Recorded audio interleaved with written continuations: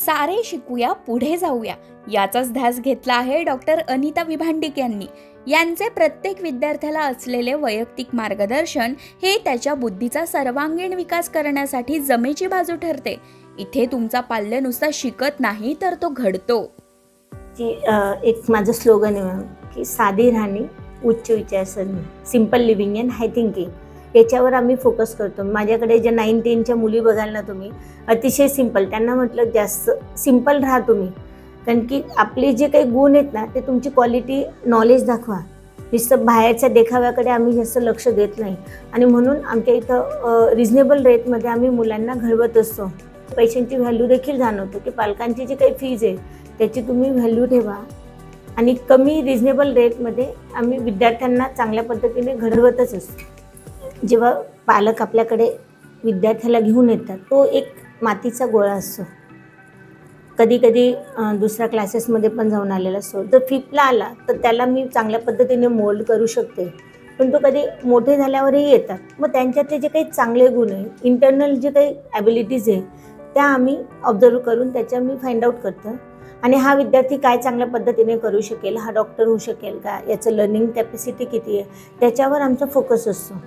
त्याच्यातले जे काही to bring out best in you असं जर म्हटलं, त्याच्यातल्या इंटरनल ॲबिलिटीज बाहेर काढून जे काही नको असलेल्या आपण क्वालिटीज असतील त्या जर काढून टाकल्या तर एक सुंदर असं शिल्प आपल्याला तयार होणार आहे आणि आम्ही त्याच्यावर फोकस करत असतो.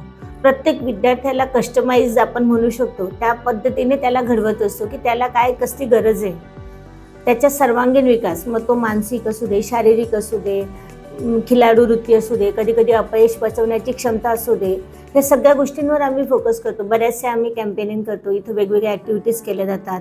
EQवर पण आमचं लक्ष असतं, म्हणजे इमोशनल क्वोशंटवर. आणि ह्या पद्धतीने समाजाला अतिशय एक चांगला नागरिक आम्ही देत असतो.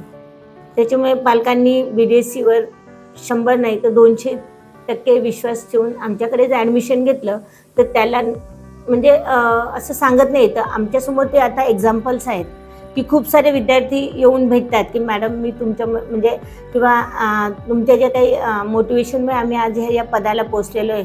अतिशय सामान्य विद्यार्थी असला, कारण की कॉन्फिडन्स ही गोष्ट अशी आहे ना की आपण सजेशनने ॲडॅप्ट केली जाते.